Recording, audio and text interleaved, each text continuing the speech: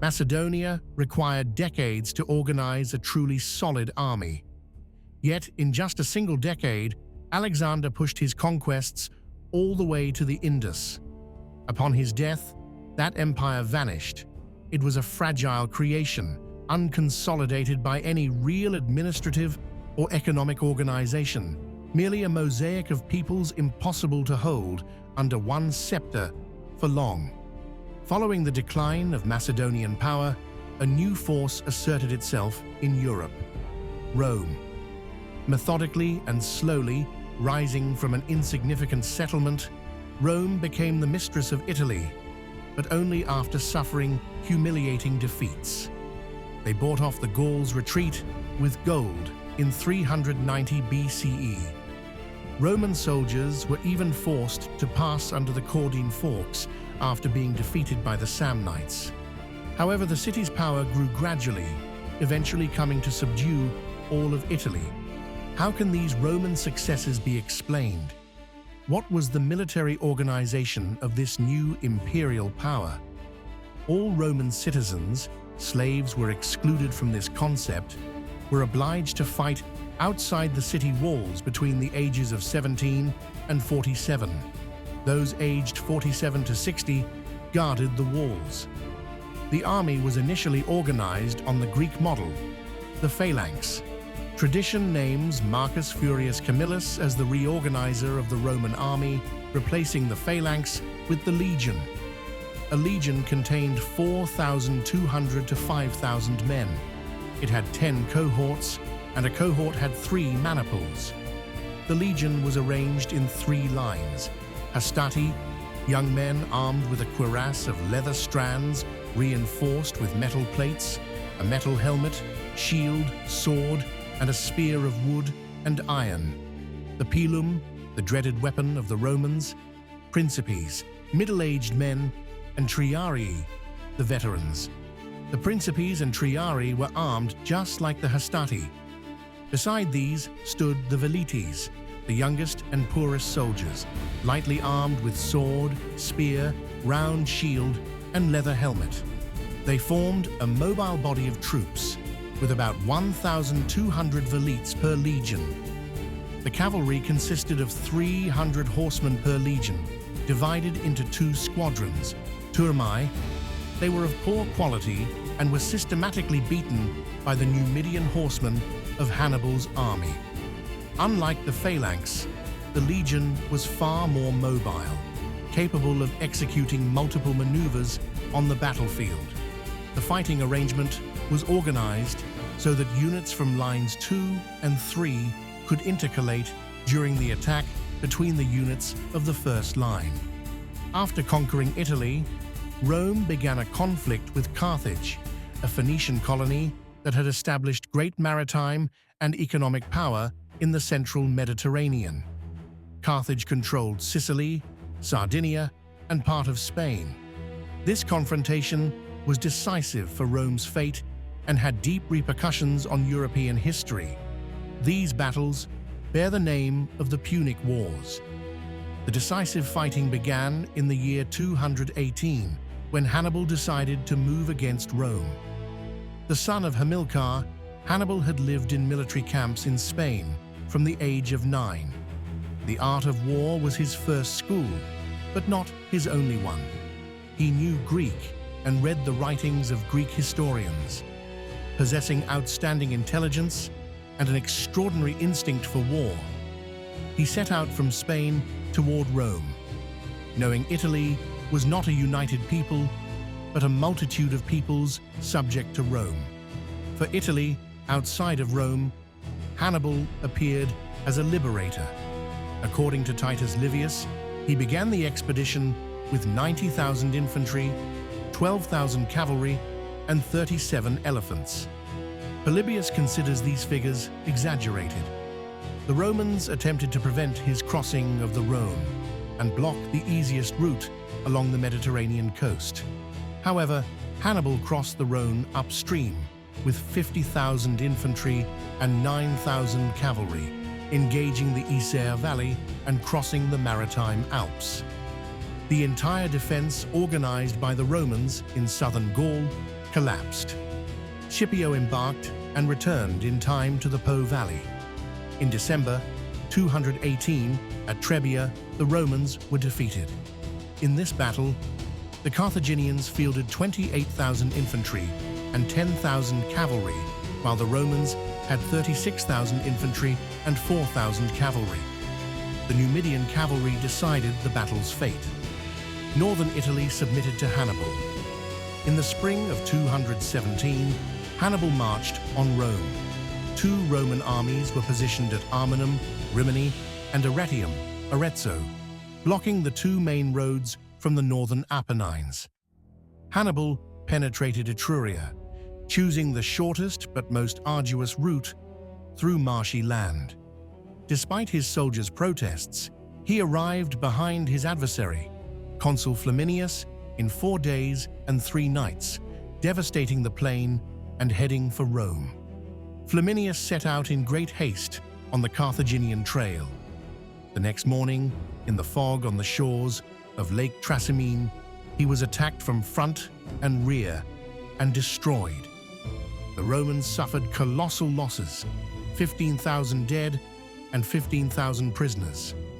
Hannibal achieved one of antiquity's most brilliant victories.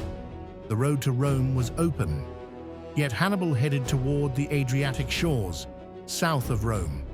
Why did he not attack the citadel, representing the foundation of Roman power, in 217? It is hard to find a satisfying answer.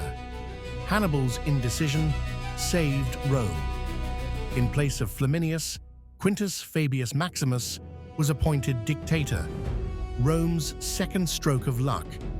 Conscious of the Roman army's inferiority, Fabius Maximus followed Hannibal everywhere, harassing him but avoiding open battle. This method earned him the nickname Cunctator, the delayer.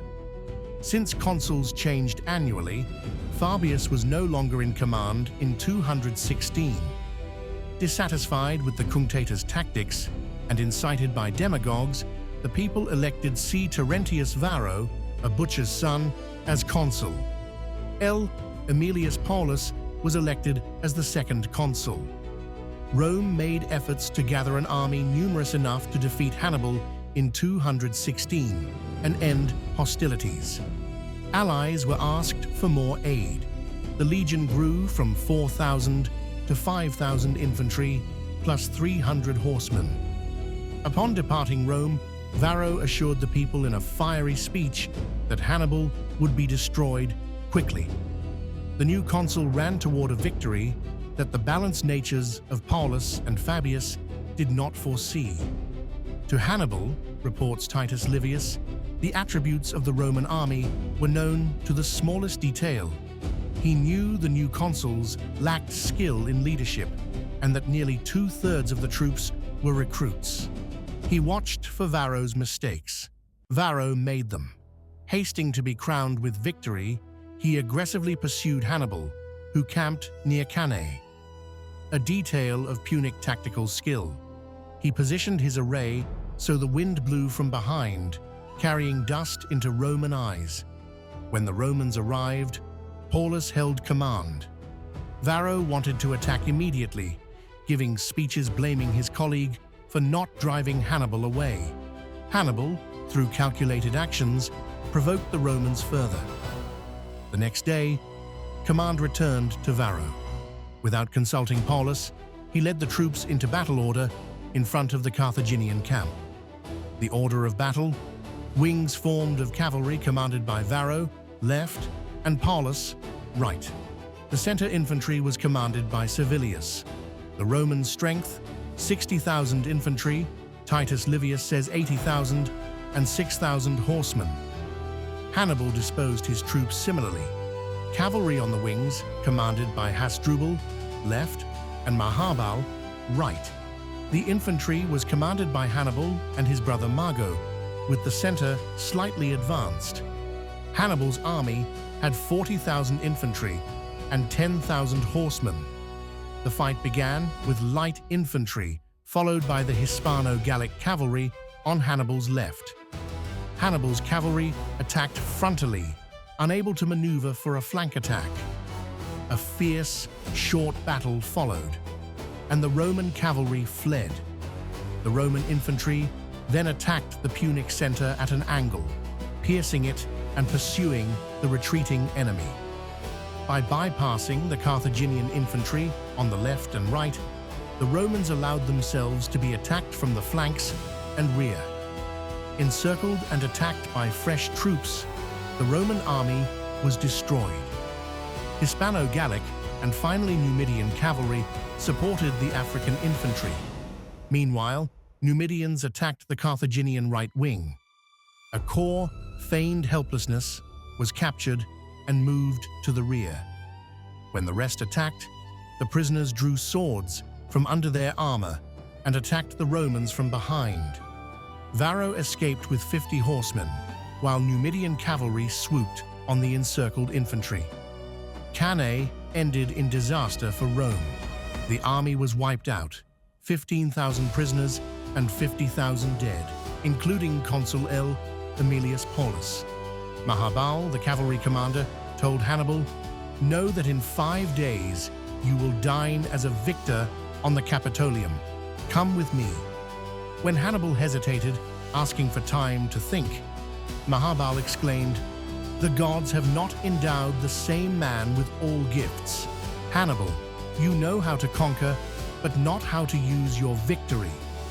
Titus Livius comments that Hannibal's delay saved Rome. The disaster was so great that Rome formed 2 legions from slaves, promising freedom for meritorious behavior. Measures were taken to improve organization. Light troops were better trained, and the old sword was replaced with the Spanish one. Crucially, a single command was created under Publius Cornelius Scipio.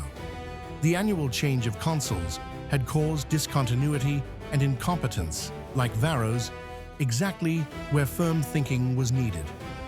The Romans now realized the value of Fabius's tactics. Hannibal wasted years in Italy, while Rome formed new troops for Sardinia, Cisalpine Gaul, and Spain. In 210, Sicily submitted. In 206, Scipio conquered Spain. In 211, Hannibal failed to march on Rome. The moment had passed. In 207, Hasdrubal tried to bring fresh troops to Italy, crossing the Alps to join Hannibal in Umbria. Intercepted letters alerted Nero, a consul guarding Hannibal. Leaving a small force, Nero marched day and night to join Consul Livius. Hasdrubal's retreat failed, and his army was crushed at the Metaurus. In 205, Scipio crossed to Africa, beat the Carthaginians twice, and installed Massinissa as king of Numidia, whose help was vital at Zama in 202. Recalled to Africa, Hannibal returned with 20,000 men, plus 12,000 Carthaginians, 12,000 mercenaries, and 2,000 Numidians. Scipio had 25,000 to 30,000 infantry and 6,000 cavalry, mostly Numidians. The difference lay in quality. Rome's army was homogeneous and trained. Hannibal only had his Italian contingent as good warriors. Scipio's superiority was the cavalry, brought by Massinissa, excellent Numidians whom Hannibal feared. Titus Livius tells of a meeting on the eve of battle where Hannibal asked for peace. Scipio refused. The commanders ordered their men to prepare for a final battle to decide if Rome or Carthage would rule the world. The next day, Scipio placed Roman cavalry on the left, Numidians on the right, and legions in the center. A stroke of genius. Units were placed one behind the other, leaving intervals for elephants to pass. Velites were placed in these gaps to drive elephants back. Triarii were withdrawn as a reserve. Hannibal placed elephants in front, cavalry on the wings, and infantry in 3 lines, mercenaries and militia first, and elite veterans 200 meters behind. The fight began. Frightened by trumpets, elephants ran back or through the Roman gaps, their role nullified. Scipio's cavalry defeated the enemy cavalry and chased them off the field. In the second phase, Hastati repelled the Carthaginian auxiliaries. Principes supported them, inflicting heavy losses. The retreating Carthaginians were attacked by their own veterans in the third line. Hastati and Principes, climbing over corpses, broke ranks. Scipio, seeing the danger of the intact enemy third line, ordered a retreat to reform, a difficult maneuver executed perfectly. Triarii advanced, while Principes and Hastati moved to the wings. Forced into a frontal battle, 20,000 Carthaginians faced 24,000 Romans. The fierce battle lasted until 6,000 Roman and Numidian horsemen returned to attack the Carthaginian rear. This was decisive. Hannibal lost his first great battle. Carthage lost its empire, and Rome aspired to Mediterranean domination. Militarily, Zama marked the appearance of the reserve. Preserving elite infantry for the critical moment was a major innovation. After Carthage's defeat, the Mediterranean was divided. Rome, now offensive, began conquering the eastern basin. The first adversary, Macedonia under Philip V. In 197, at Cynoscephalae, Consul T. Quintius Flamininus defeated Philip. In rugged terrain, the flexible Roman units outmaneuvered the rigid Macedonian Phalanx. A tribune's initiative to attack the Macedonian rear won the battle.